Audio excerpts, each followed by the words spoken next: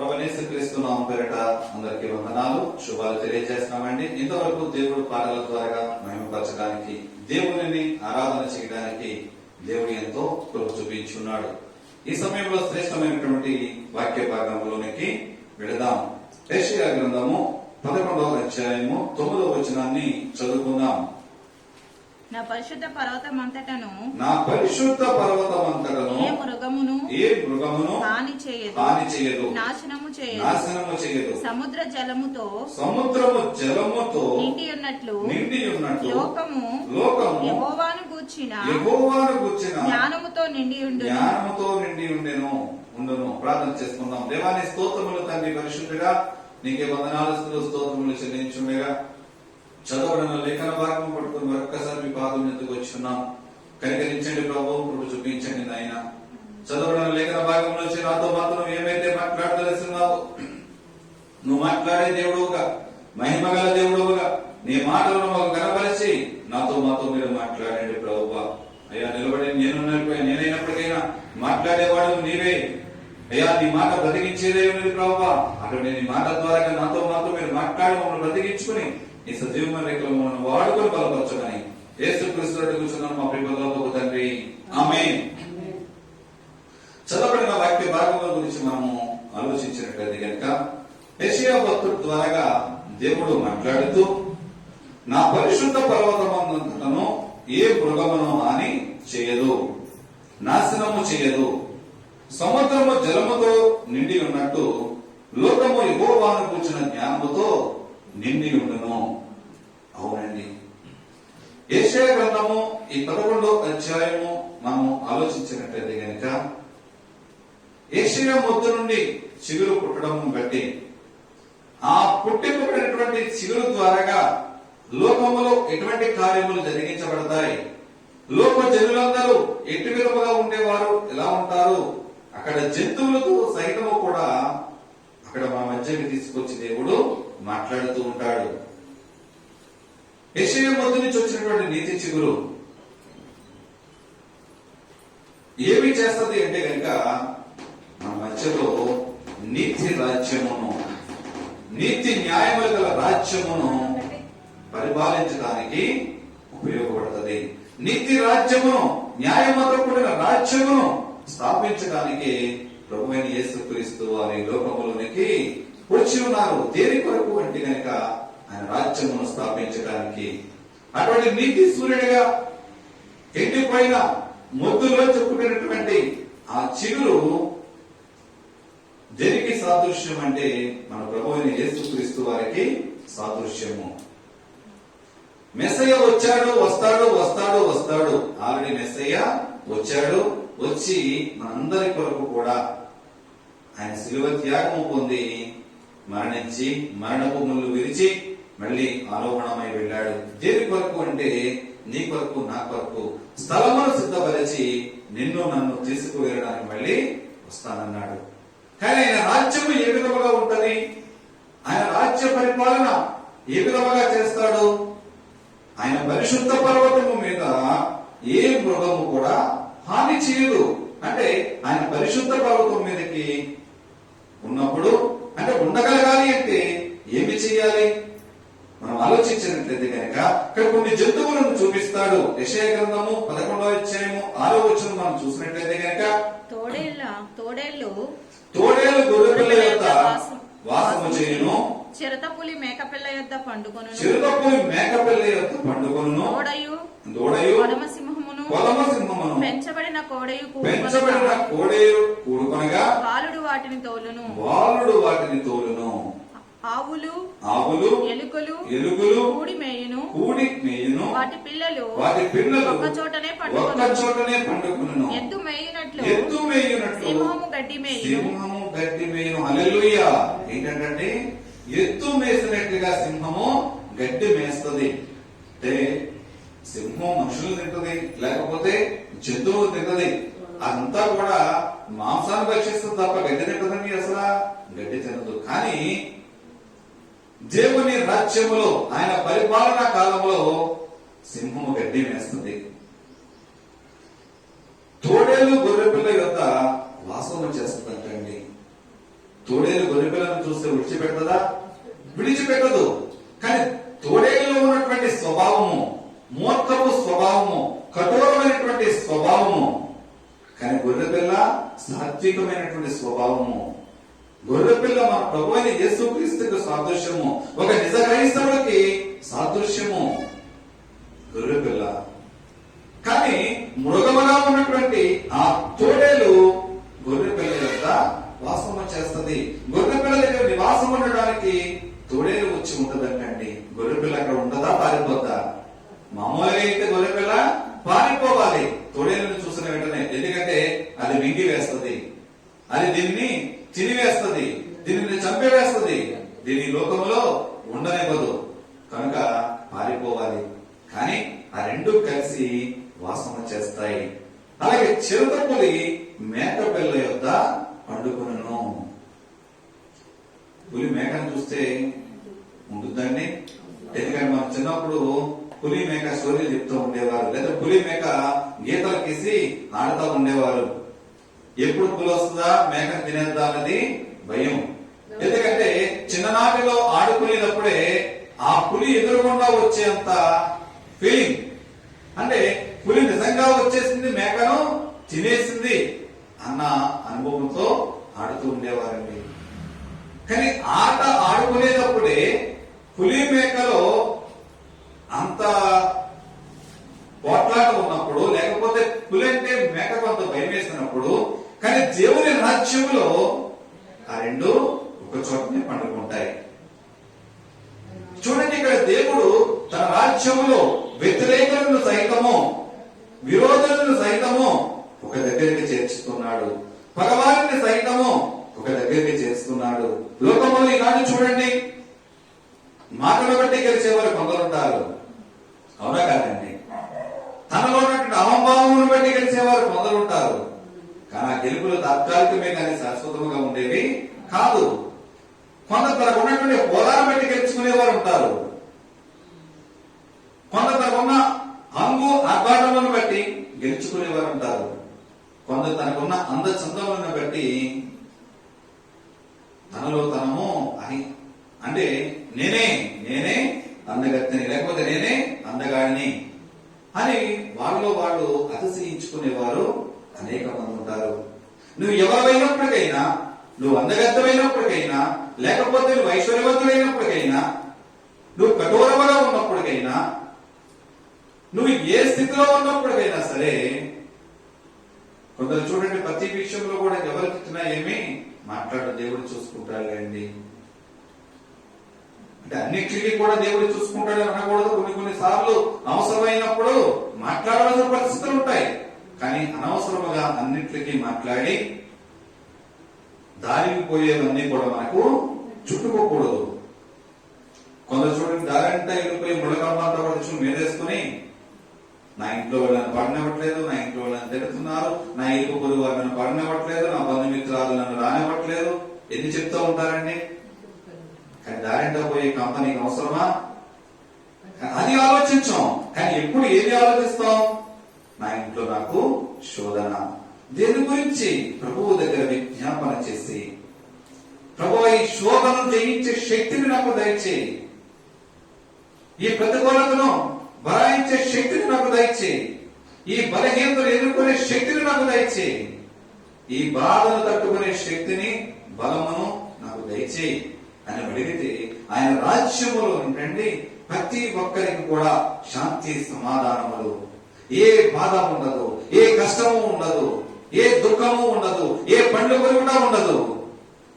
శాంతి సమాధానములతో ఆయన రాజ్యం ఉంటుందని చెప్పి ఇక్కడ బైబిల్ గ్రంథం మనకు తెలియజేస్తూ ఉంది. దూడయు కొదవ సింహమును పెంచబడిన కోడియు కూడుకొనగా బాలుడు వాటిని తోలును. అంటే ఒక దూడ, అలాగే కొదమ సింహము. దూడ ఎలాంటిది? సాత్వికమైనటువంటి జంతువు, లేకపోతే ఒక పాడి ఆవు అంటే పాలిచ్చేటువంటి ఆవు.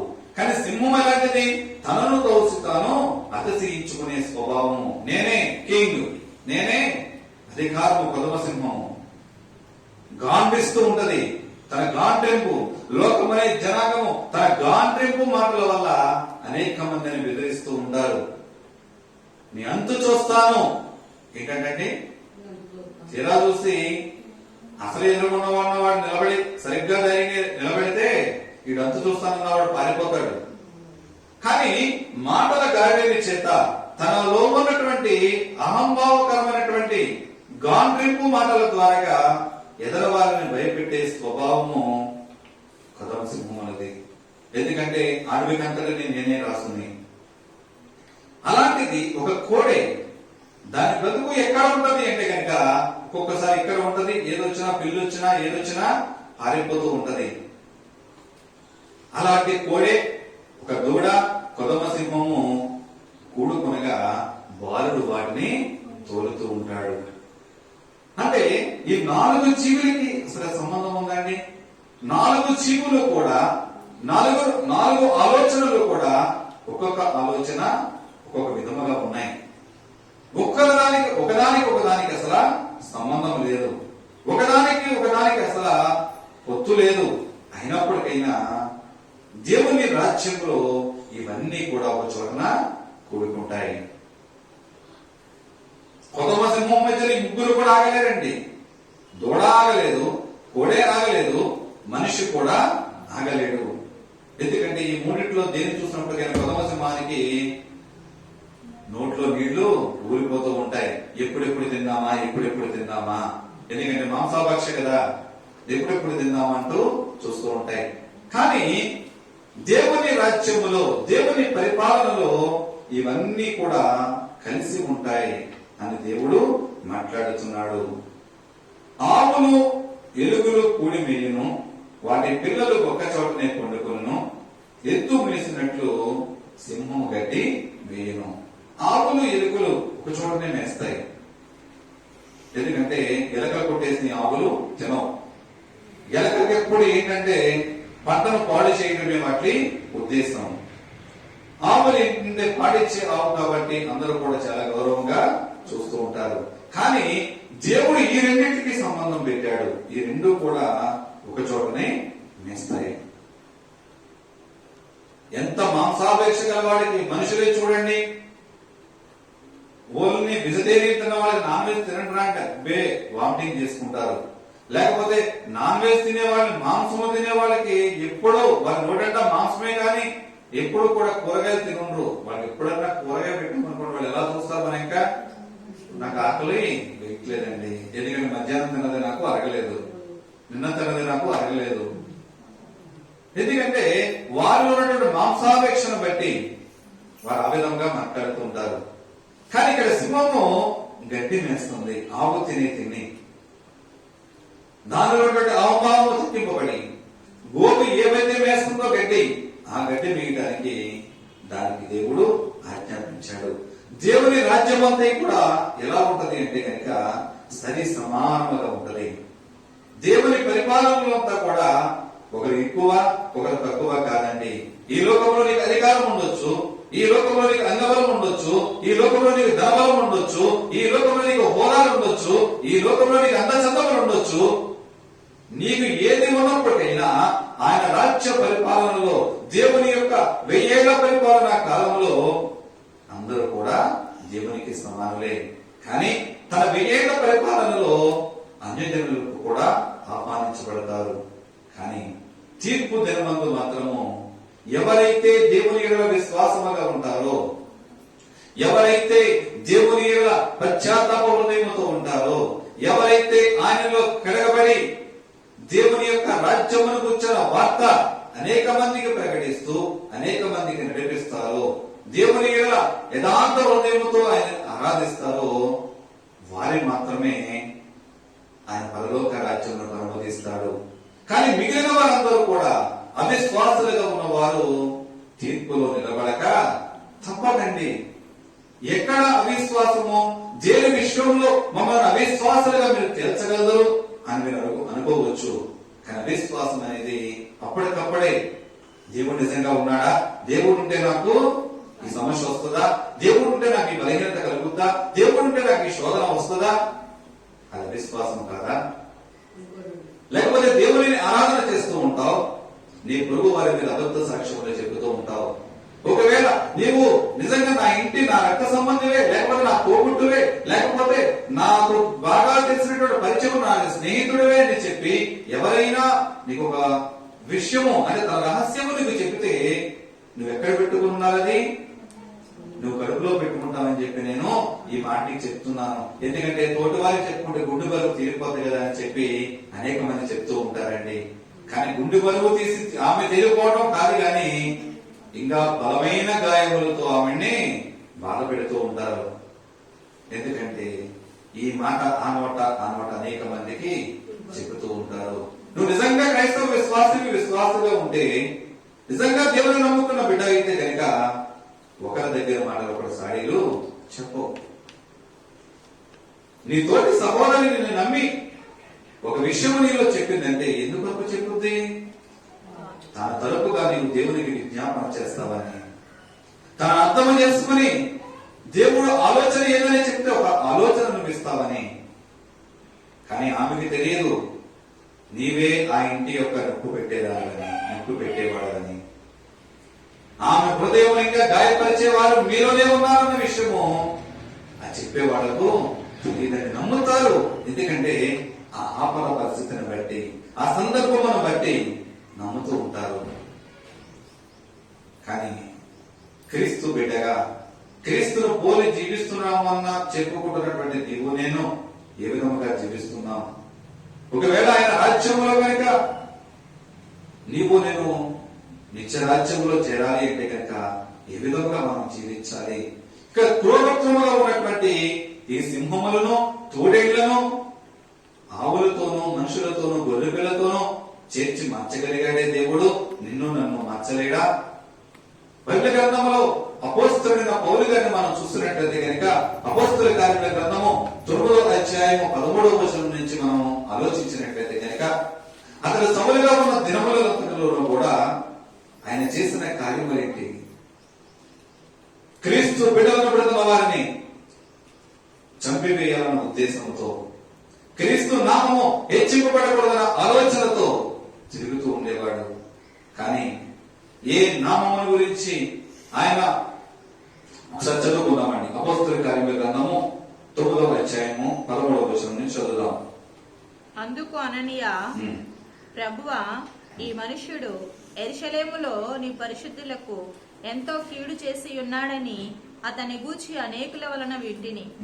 ఇక్కడను నీ నామము బట్టి ప్రార్థన చేయు వారిని అందరినీ బంధించుటకు అతడు ప్రధాన యాజకుల వలన అధికారము పొంది ఉన్నాడని ఉత్తరమిచ్చాను.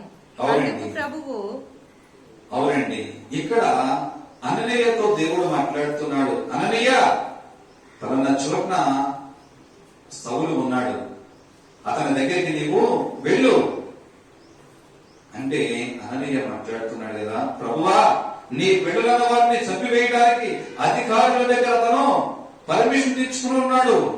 క్రూరుడుగా జీవిస్తున్నాడు. ఎవరి మాట కూడా అతను లెక్క చేయడు. క్రీస్తు బిడ్డలను చంపడమే, హతమార్చడమే అతను ఒక ధ్యేయముగా పెట్టుకున్నాడు. అంటే ఇప్పుడు నన్ను పంపించి నన్ను కూడా అతని చేతుల్లో చంపివేస్తావా ప్రభువా? నన్ను చచ్చిపోమంటావా అంటే ప్రభువు మాట్లాడుతున్నాడు కదా, అతను ఇశ్రాయేలు మధ్యలో నేను ఏ విధంగా వాడబడాలో నాకు తెలుసు. అననీయ, నువ్వు వెళ్ళు. ఎందుకంటే అతడు నా నామము కొరకు ఎన్ని శ్రమలను అనుభవింపవలనో నేను ఇతనికి చూపుదునని అతనితో చెప్పాను. ఎందుకంటే రాజుల ఎదుట, అధికారుల ఎదుట ఎన్ని శ్రమలైతే నా నామము ఎదుట అతను పొందాలో నేను అతనికి చూపుతాను. కనుక నీవు వెళ్ళు, అతని వరకు నువ్వు ప్రార్థించు. సౌలుగా ఉన్న అతన్ని పౌలుగా మార్చుతున్నాను అని చెప్పి అతను పౌలుగా మార్చినట్లుగా బైబిల్ గ్రంథం తెలియజేస్తుంది. అంటే సౌలుగా తన జీవితంలో గడిపినంత కాలం కూడా అతను ఏ విధంగా ఉన్నాడు అంటే కనుక భయంకరమైన క్రూరుడిగా దేవుని నామమును అణిచివేయాలన్న ఆలోచన కలిగి ఉన్నాడు. ఈనాడు లోకంలో కూడా క్రీస్తు నామమనే సభకి అనేక మంది వ్యతిరేకులు, అనేక మంది పోరాటంలో చేసేవారు అనేక మంది ఉన్నారండి. ఏది ఏమైనప్పటికైనా ఏ నోటి ద్వారా అయితే క్రీస్తులను అవమానపరిచారో, ఏ నోటి ద్వారా అయితే క్రీస్తులను దూషించి ఉన్నారో ఆ ప్రతి నోళ్ళు కూడా దేవుణ్ణి కనపరిచే రోజులు త్వరలో రాబోతున్నాయి. ఎందుకంటే ఇక్కడ మనకు ఇక్కడ సౌలును మనం చూస్తున్నట్లయితే కనుక తన జీవితంలోనే తన క్రూరత్వం నుండి గొర్రె పిల్ల స్వభావములాగా అనేక శ్రమలను పొంది క్రీస్తుకు ఒక బలమైన సాక్షిగా వాడబడినట్లుగా మనకు బైబిల్ లేఖనాలు తెలియజేస్తున్నాయి. ఎందుకంటే క్రూరత్వంలో ఉన్నటువంటి సింహములను ఎలుగుబంట్లను మార్చినటువంటి దేవుడు వాటిలో నోరుండి మాట్లాడలేవు, గాండ్రింపులు చేయగలదవే తప్ప అవి మాట్లాడలేవండి. కానీ నోరున్న నీవు నేను ఏ విధంగా ఉన్నాం, ఎటువంటి క్రూరమైన మనసులతో నీవు నేను జీవిస్తున్నాం. నీవు నేను త్రోవ తప్పిపోయామని, నిన్ను నన్ను మార్చాలని మనిషిలో ఒక మనిషిగా ఆయన వచ్చి ఉన్నాడండి. ఎందుకంటే ఆత్మస్వరూపైన దేవుడు ఆత్మతో మాట్లాడితే నీవు నేను మాట వినట్లేదు కనుక మనిషిలో ఒక మనిషిగా వచ్చాడు నీతో నాతో సహవాసం చేయడానికి. నీవు నేను నశించిపోకూడదని నిన్ను నన్ను మార్చాలని వచ్చినటువంటి క్రీస్తు కొరకు నీవు నేను ఏ విధంగా వాడబడుతున్నావు. ఆయన రాజ్యములో చేర్చబడడానికి నీ క్రూరముఖము వంటి హృదయం మార్చుకోగలుగుతున్నావా? ఎందుకంటే సమయము ఇక లేదండి. క్రీస్తు త్వరలో రాబోతున్నాడు కనుక నీ హృదయమును సరి చేసుకోకపోతే రేపు మరణించిన తర్వాత నీ స్థితి ఎక్కడ ఉంటుంది? ఆయన రాజ్యంలో తరతరములు యుగ యుగములు ఆయన వేయేళ్ల పరిపాలనలో కూడా నీవు ఉండాలి అంటే కనుక తీర్పు నుండి తప్పిపోబడి నీవు ఆయన రాజ్యంలోనికి ప్రవేశించాలి అంటే కనుక నీ మూర్ఖపు హృదయమును నీవు విడనాడాలి, నీ కఠిన హృదయమును నీవు విడనాడాలి, నీ డంబపు మాటలు నువ్వు విడనాడాలి, నీలో ఉన్నటువంటి అహంకారపు దృష్టి నువ్వు విడనాడాలి. విడనాడకపోతే కనుక క్రీస్తు రాజ్యంలోనికి మనం ప్రవేశించలేమండి. అలాగే అన్యాయస్తుల గురించి మనం చూస్తే కనుక కొరింథీయులకు రాసినటువంటి మొదటి పత్రిక 6వ అధ్యాయము 9వ వచనం నుంచి చదువుకుందాం. 9 నుంచి 11 వరకు. అన్యాయస్తులు దేవుని రాజ్యమునకు వారసులు కానేరని నీకు తెలియదా? మోసపోకుడి, జారులైనను, విగ్రహారాధికులైనను, వ్యభిచారులైనను, ఆడంగితనము గలవారైనను, పురుష సంయోగులైనను, దొంగలైనను, లోబులైనను, త్రాగుబోతులైనను, దోషకులైనను, దోచుకునివారైనను దేవుని రాజ్యమునకు వారసులు కానేరరు. మీలో కొందరు అట్టివారై ఉండేది గాని ప్రభు అయిన యేసు క్రీస్తు నామమున మన దేవుని ఆత్మయందును మీరు కడగబడి పరిశుద్ధపరచబడిన వారై నీతిమంతులుగా తీర్చబడింది. హల్లెలూయా. ఎందుకంటే మీలో కూడా అలాంటి వారు ఉన్నారు, దోచుకొనబడిన వారు ఉన్నారు, అన్యాయస్తులు ఉన్నారు, వ్యభిచారులు ఉన్నారు, పాపములు చేసేవారు ఉన్నారు, దొంగతనములు చేసేవారు ఉన్నారు. కానీ మీరందరూ కూడా ప్రభువైన యేసుక్రీస్తు రక్తంలో కడగబడి ఉన్నారు కనుక ఆయన రాజ్యంలో ఆయన 1000 ఏళ్ల పరిపాలనలో మీకు ఉండడానికి మీకు అనుమతి ఉంది. దేని కొరకంటే మీరు కడగబడ్డారు. అయితే కడగబడినటువంటి నీవు, దేవునిలో కడగబడినటువంటి నీవు, ఆయన రక్తంలో పాల్గొంటున్నటువంటి నీవు, ఆయన రక్త మాంసంలో పాల్గొంటున్నటువంటి నీవు కానీ మళ్ళీ విడిచిపెట్టిన పాపానికి మళ్ళీ పెడుతున్నావా? కుక్క వాంతికి ఎదురు తిరిగిన రీతిగా నీ పాత రోత జీవితంలో ఒకవేళ పరుగులెట్టుచున్నావేమో దేవుని రాజ్యంలోంచి బయటకు త్రోసివేయబడతావు. ఎప్పుడైతే ఆయన రాజ్యంలో ఆయన రక్తంలో నువ్వు కడగబడి నీవు ఉంటావో నీవు అన్యాయం చేసేవాడు నీకు ఉండడు. నీవు ఎవరికి కూడా అన్యాయం చేసేదానిగా చేసేవాడిగా నీవు ఉండవని బైబిల్ లేఖనం తెలియజేస్తుంది. నువ్వు ఏ స్థితిలో ఉన్నప్పటికైనా సరే ఆయన రక్తంలో కడగబడేటువంటి నీవు నేను దేవునికి విధేయులుగా జీవించే వారిగా ఉండాలని బైబిల్ లేఖనము తెలియజేస్తూ ఉంది. ఎందుకంటే దేవుని నిత్య రాజ్యములోనికి తన 1000 ఏళ్ల పరిపాలనలో శాంతి సమాధానకరమైన జీవితము, యెషయా ముద్రించి వచ్చినటువంటి చిగురు, ఆ ముద్రలో వచ్చినటువంటి అంకురము ప్రభువైన యేసు క్రీస్తు యొక్క రాజ్యములకు సూచనగా ఆయన రాజ్యములో జరుగుతున్నటువంటి నీతి న్యాయములను బట్టి నీతి న్యాయముల గల రాజ్యములో ఎప్పుడు ఏముండవండి? ఏడుపులుండవు, అన్యాయములుండవు, అక్రమములుండవు, పండ్లు కొనుక్కున్నట్టు ఉండదు, వేదనలు ఉండవు, శోధనలు ఉండవు. ఎప్పుడు కూడా దేవునికి ఆరాధన చేయటమే. రోమీయులకు రాసినటువంటి పత్రిక 14వ అధ్యాయము 17వ వచనాన్ని చదువుకుందాం. దేవుని రాజ్యము భోజనమును పానమును కాదు గాని నీతియు సమాధానమును పరిశుద్ధాత్మ ఆనందమునై ఉన్నది. హల్లెలూయా. దేవుని రాజ్యము భోజన పానములు కాదండి. కొందరు భోజనమును బట్టి దేవుని రాజ్యము, పానమును కొరకే దేవుని రాజ్యము. ఎప్పుడు కూడా కొన్ని సంఘాల్లో మనం చూస్తూ ఉంటాం, కొన్ని మీటింగ్స్ లో మనం చూస్తూ ఉంటాం. మీటింగ్ ఎందుకు వచ్చారా అంటే భోజనములు చేయడానికి. ముందు తిన్నామా లేదా, త్రాగామా లేదా, ఇదే విషయం అండి. దేవుని రాజ్యం అంటే భోజనముల కొరకు, పానముల కొరకు కాదండి. ఆయన నీతి సమాధానముల కొరకు, పరిశుద్ధాత్మ కొరకు ఆనందించాలని, దేవుడిచ్చే పరిశుద్ధాత్మ శక్తిలో ఆనందించేదే దేవుని రాజ్యము. తన 1000 ఏళ్ల పరిపాలనలో దేవుడు ఇటువంటి ఆనందాన్ని ఇస్తాడంటే తన పరిశుద్ధాత్మని శక్తితో నిన్ను నన్ను నింపి ఆనందం మనకు అనుగ్రహిస్తానని బైబిల్ గ్రంథం తెలియజేస్తుంది. ఆయన రాజ్యము నిత్యం ఉండే రాజ్యము, ఆయన రాజ్యము శాశ్వత కాలం ఉండే రాజ్యము. ఆయన రాజ్యము ఈ లోక రాజ్యముల వలె కోలత్రోయబడే రాజ్యము కాదండి. ఆయన రాజ్యము ఈ లోక రాజ్యముల వలె అశాశ్వతమైనది కాదండి, శాశ్వతమైన రాజ్యము ఆయనది. శాశ్వత కాలము నిన్ను పరిపాలించేవాడైన ఉన్నాడు. శాశ్వత కాలము నీతి న్యాయములతో సమృద్ధికరమైనటువంటి పరిపాలన అందించే రాజ్యము దేవుని రాజ్యము. అటువంటి రాజ్యములో నీవు ఏ విధముగా జీవించగలుగుతున్నావు? ఆయన రాజ్యములో పరిశుద్ధత ఉన్నది, ఆయన రాజ్యములో నీతి ఉన్నది, ఆయన రాజ్యములో న్యాయం ఉన్నది. ఈ లోకములో పరిపాలించే నాయకులు ఏ విధంగా పరిపాలిస్తున్నారని నేను అన్నాను. ఈ లోకంలో ఒకవేళ నీవే పరిపాలించేవాడు ఉంటే నీ కుటుంబాన్ని నీవే విధంగా పరిపాలిస్తున్నావు? నీ అన్నదమ్ముల మధ్య, నీ అక్క చెల్లెళ్ళ మధ్య, నీ తోబుట్టువుల మధ్య, నీ కుటుంబీకుల మధ్య నువ్వు పరిపాలించడానికి ఒక నాయకురాలుగా నేను దేవుడు ఎన్నుకున్నావే.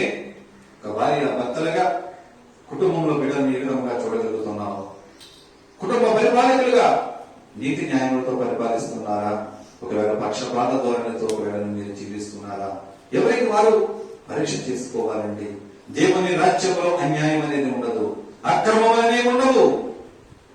ఆయన రాజ్యం ఎప్పుడు కూడా నీతి న్యాయములతో కూడినటువంటి రాజ్యం అని బైబిల్ లేఖనం మనకు తెలియజేస్తూ ఉంది. యెషయా గ్రంథము 2వ అధ్యాయం 4వ వచనాన్ని చదువుదాం. ఆయన మధ్యవర్తి అన్య జనులకు న్యాయము తీర్చును, అనేక జనములకు తీర్పు తీర్చును. వారు తమ ఖడ్గములను నాగటి నక్కులుగాను, తమ ఈటలను మచ్చుకత్తులుగాను సాగగొట్టుదురు. జనము మీదకి జనము గర్గమెత్తక ఉండును, యుద్ధము చెయ్య నేర్చుకునుట ఇక మానివేయును. హల్లెలూయా. ఎక్కడ ఉన్నప్పటికైనా దేవుడు అన్యజనులకు మనకు మధ్యవర్తిగా ఉంటాడు. ఎక్కడ అన్యాయము జరగనివ్వదండి. ఒకవేళ వాళ్ళు ఎటువంటి ఖడ్గములకు వాళ్ళు వేయించుకున్నప్పటికైనా, నక్కులు వేయించుకున్నప్పటికైనా ఎటువంటి అన్యాయము జరగకుండా న్యాయమైన పరిపాలించే దేవుడు ఒక మనకు మధ్యవర్తిగా పరిపాలించే దేవుడై ఉన్నాడు. ఎందుకంటే తండ్రికి నరుడికి మధ్యవర్తి ఒకడే, ఆయనే ప్రభువైన యేసుక్రీస్తు అనేటువంటి నరుడు. ఆయన నరుడుగా ఈ లోకానికి వచ్చాడు. మన కొరకు తండ్రి దగ్గర విజ్ఞాపన చేయడానికి ఈ లోకంలోకి వచ్చి ఉన్నాడు. దేని కొరకంటే నీవు నేను తప్పిపోతావేమో, ఒకవేళ అన్యుల మధ్య నువ్వు మోసపోతావేమో, ఆక్రమణదారుల దగ్గర, దురాక్రమణదారుల దగ్గర ఒకవేళ నీవు మోసపోతావేమో, ఈ లోకమైన పాప కూటములో నువ్వు దొరుకుతున్నావేమో అని చెప్పి నీ దగ్గర నీ కొరకు విజ్ఞాపన చేస్తున్నాడు నీ తండ్రి దగ్గర. ఈ నా బిడ్డ ఈనాడైనా మారుతాడు, ఈనాడైనా మారుతుంది. ఒక్కసారి తండ్రి ఈ నా బిడ్డను క్షమించు, ఒక్కసారి తండ్రి ఈ నా బిడ్డను ఒక్కసారి జ్ఞాపకం చేసుకో. ఎన్నిసార్లు నీ కొరకు మొదలుపెట్టాడండి దేవుడు, ఎన్నిసార్లు నీ కొరకు విజ్ఞాపన చేయించుకుంటున్నావు దేవునితో. అయినప్పటికైనా వాత వేయబడిన నీ మనసాక్షిలో మార్పు కలిగిందా? ఇన్ని రోజులు ఉన్నప్పటికైనా ఎక్కడ వేసిన గొంగలి అక్కడే అన్నట్టు నీకు శ్వాస జీవితం ఉంటుంది కానీ ఈనాడైనా మనం మార్చగలిగామా? ఆలోచించగలుగుదామండి. దేవుడు మనందరికీ కూడా ఆయన రాజ్యంలో మధ్యవర్తిగా ఎందుకు అన్యులకి మనకి అంటే గనక తన రాజ్యంలోనికి అన్య జనాంగములు కూడా పిలుచుచున్నాడు. ఎందుకంటే తన రాజ్యంలో వచ్చే సమయానికి నలుమూలలో ఉన్నటువంటి యోధా జనాంగం అంతా కూడా ఒక చోటకు పిలువబడుతుంది. నలుమూలల ప్రాంతంలో ఉన్నటువంటి తన జనులైన వారందరినీ కూడా దేవుడు తన ప్రాంతంలోకి రప్పించేస్తాడు. అన్య జనులుగా పిలువబడుతున్న మనమందరూ కూడా ఆయన గుర్తెరిగిన మనందరినీ కూడా తన రాజ్యంలోనికి ఆహ్వానిస్తాడు. తన రాజ్యంలో మనకు కూడా ఒక స్థానము కల్పించి తనను గుర్తెరిగిన ప్రజలుగా ఒక ఉన్నతమైన స్థితిలో నిలబెడతానని చెప్పి దేవుడు మాట్లాడుతున్నాడు. అదే యెషయా గ్రంథము 35వ అధ్యాయము 9వ వచనాన్ని ఒకసారి చదువుకుందాం. యెషయా గ్రంథము 35వ అధ్యాయము 9వ వచనము. అక్కడ సింహం ఉండదు, క్రూర జంతువులు దాని ఎక్కవు, అవి అక్కడ కనబడవు, విమోచింపబడిన వారే అక్కడ నడుచుదురు. యెహోవా విమోచించిన వారు పాటలు పాడుచు తిరిగి సియోనుకు వచ్చెదరు. వారి తలల మీద నిత్యానందమును, వారు ఆనంద సంతోషములు గల వారే వచ్చెదరు. దుఃఖమును నిట్టూర్పును ఎగిరిపోవును. హల్లెలూయా. ఎవరైతే దేవుని రాజ్యములోనికి వస్తారో అక్కడ సింహములు ఉండవు, మిమ్మల్ని గర్జించేవాడెవరు ఉండడు, మీ మీద రంకెలు వేసేవాడెవరు ఉండరు. ఆయన రాజ్యములో నిత్యము శాంతి సమాధానములతో దేవుని కొరకు విమోచింపబడిన వారు, దేవునిలో విమోచింపబడిన వారు ఆయన కొరకు పాటలు పాడుతూ స్తుతిగానములు చేస్తూ ఆయనను ఉచ్చరిస్తూ ఆయన దేవుని మహిమపరుస్తూ సియోనుకు పయనమే పెడుతూ ఉంటారంటండి. సంతోషము గల వారిగా తిరిగి సియోనుకు వస్తారు. కానీ అక్కడ దుఃఖములు నిట్టూర్పులు ఉండవు. ఈ లోకములో నువ్వు దుఃఖపడుతున్నావా? నీ దుఃఖ దినములు సమాప్తపరచబడని చెప్పి వాక్యము మాట్లాడుతున్న విధముగా ఆయన రాజ్యంలోకి నువ్వు ప్రవేశించాలంటే కనుక ఈ లోకంలో ఎన్ని దుఃఖములు ఉన్నప్పటికైనా, ఎన్ని సమస్యలు వచ్చినప్పటికైనా, ఏ వ్యాధి బాధలు నిన్ను కృంగదీస్తున్నప్పటికైనా సరే ఒక దేవుని పాదంలో పట్టుకుని విజ్ఞాపన చేస్తే, నీ పొరుగు వారి దగ్గర నువ్వు కన్నీళ్లు విడిస్తే నీ బాధను వారు తీర్చరండి. నీ పొరుగు వారి దగ్గర నీ బాధను ఒకవేళ వారికి చెబితే నీ మీద ఇంకా 4 రాళ్లు వేస్తారేమో, కానీ అయ్యో పాపం అని చెప్పి ఆ క్షణమే అని తర్వాత నువ్వు బయటికి వెళ్ళిన తర్వాత ఇంక ఇలాగే జరగాలి. ఎందుకంటే పలానా అప్పుడు ఇవి చేసిన పనులు నేను మర్చిపోయానా? నువ్వు చేసిన పనులు దేవుడు మర్చిపోలేదా? కానీ నువ్వు నేను మర్చిపోలేమండి. కానీ అక్కడ ఎప్పుడు నిట్టూర్పులు ఉండవు. ఏదో ఉన్నప్పటికైనా ఈ లోకానికి మానవ మాతృలుగా మనుషులుగా ఈ లోకంలోకి మనం వచ్చాము కనుక మనం చేసిన అపరాధ దోషములను బట్టి, మనం నడుచుచున్నటువంటి నడకలు క్రియలను బట్టి, దోషములను బట్టి మనం శ్రమపడవలసిన వారమే ఉన్నాం. కానీ దేవుని రాజ్యములో మాత్రము దుఃఖములు ఉండవు, నిట్టూర్పులు ఉండవు. అక్కడంతా కూడా శాంతి సమాధానం అండి. దేవుని ఆరాధన చేస్తూ ఉంటారు, దేవునికి స్తుతిగానములు చేస్తూ ఉంటారు. పరిశుద్ధుడు పరిశుద్ధుడు పరిశుద్ధుడు అని నిత్యము గానపతి గానములు చేస్తున్నటువంటి జనులు వలె. ఎందుకంటే ఇప్పుడు దేవదూతలు చేస్తున్నాయి, రేపు దేవదూతలే మనకు పరిచర్య చేసే విధానంగా దేవుడు నిన్ను నన్ను హెచ్చింప చేస్తాడండి. ఎందుకంటే దేవాది దేవుడు తన ఉన్నతమైన స్థితిని వదులుకుని దేవదూతల కంటే కింద స్థానంలోకి వచ్చాడు. దేని కొరకు అంటే నిన్ను నన్ను మార్చాలని, నీవు నేను త్రోవదక్కుపోయి ఉంటే మనం సరైన మార్గంలోకి నడిపించాలని చెప్పి ఆయన తన స్థాయిని వదులుకుని దేవదూతల కంటే కింద స్థాయికు ఆయన వచ్చాడు. కానీ తన రాజ్యంలోనికి నిన్ను ఎక్కడికి తీసుకువెళ్ళాలనుకుంటున్నాడు? తన తోటిని కూర్చోబెట్టుకోవడానికి. దేవదూతల కంటే పై స్థానంలో నీవు ఉండాలని, దేవదూతలు నీకు పరిచర్య జరిగించే విధముగా నిన్ను తీసుకువెళ్ళాలని చెప్పి దేవుడు కోరుకుంటూ ఉన్నాడు. అదే యెషయా గ్రంథము 60వ అధ్యాయము 18వ వచనాన్ని ఒకసారి మనం చదువుకుందాం. ఇకను నీ దేశమున బలత్కారమును మాట వినబడదు, నీ సరిహద్దులలో పాడు అను మాట గాని నాశనము అని మాట గాని వినబడదు. రక్షణయే నీకు ప్రాకారములనియు ప్రఖ్యాతియే నీ గుమ్మములనియు నీవు చెప్పుకో. హల్లెలూయా. నీ దేశంలో బలాత్కారం ఉండదు. ఈ లోకంలో బలాత్కారముగా ఒకవేళ నీ దగ్గర అధికారము గుంజుకోవచ్చు, నీ దగ్గర ధనం ఉంటే గుంజుకోవచ్చు, నీ ఆస్తిపాస్తులు గుంజుకోవచ్చు, నీ దగ్గర ఉన్నటువంటి ఏదైనా గుంజుకోవచ్చు ఈ లోకంలో ఉన్నంత వరకు మాత్రము. కానీ దేవుని రాజ్యంలో బలాత్కారం అనేది వినపడదు. ఈ లోకంలో సరిహద్దులు చెరిపివేయచ్చు, ఈ లోకంలో సరిహద్దులు మార్చివేయచ్చు. కానీ దేవుని రాజ్యంలో సరిహద్దులు చెరపడానికి లేదండి. సరిహద్దులు పాడు చేసే మాట అక్కడ వినపడదు, నాశనం అన్న మాట వినపడదు. కానీ అక్కడ నీ చుట్టూ ఏమున్నది? రక్షణ ప్రకారపు గోడ. రక్షణపు ప్రకారపు గోడలో నీ ఉండగా ప్రఖ్యాతి కాంచినటువంటి గుమ్మములని నువ్వు చెప్పుకుంటావు. ప్రఖ్యాతి కాంచిన గుమ్మములు, ఆ రక్షణ ప్రకారపు గోడకు ప్రఖ్యాతి కాంచిన గుమ్మముల ద్వారా నీవు అందులో నీకు ప్రవేశిస్తావని చెప్పి బైబిల్ లేఖనాలు తెలియజేస్తున్నాయి. నా ప్రియ సహోదరి సహోదరుడిగా, నీవు నేను ఎక్కడ జీవిస్తున్నాము? ఈ లోకంలో ఉన్నటువంటి కాలము కొద్ది కాలము మాత్రమేనండి. కానీ శాశ్వత కాలము పరమందు మనకు దేవుడు సిద్ధపరిచి ఉన్నాడు. ఆ పరమందు నీవు నడిపించబడాలి. ఆ పరమందు దేవుని రాజ్యంలో నీవు ఉండాలి. ఎందుకంటే దేవుడు నేను అనుకుంటే కనుక ఈ క్రూరత్వం అనే మనసు మనలో ఉండకూడదు, అన్యాయం అనే మనసు మనలో ఉండకూడదు, శత్రు భయం అనే మనసు మనలో ఉండకూడదు, ఎదురవాన్ని కించపరిచమని మనసు మనలో ఉండకూడదు. అవునండి, ప్రభువు ఈ లోకానికి వచ్చి మాదిరికరముగా శత్రువుల కొరకు ప్రార్థించమని మాట్లాడుతున్నాడు. మత్తయి సువార్త 5వ అధ్యాయము 44వ వచనం మనం చూసినట్లయితే కనుక మత్తయి సువార్త 5వ అధ్యాయం 44వ వచనం, నేను మీతో చెప్పినదేమనగా పరలోకమందున్న మీ తండ్రికి కుమారులై ఉండునట్లు మీరు పరలోకమందున్న మీ తండ్రికి కుమారులై ఉండునట్లు మీ శత్రువులను ప్రేమించుడి, మీ శత్రువులను ప్రేమించుడి, మిమ్మల్ని హింసించు వారి కొరకు ప్రార్థన చేయుడి.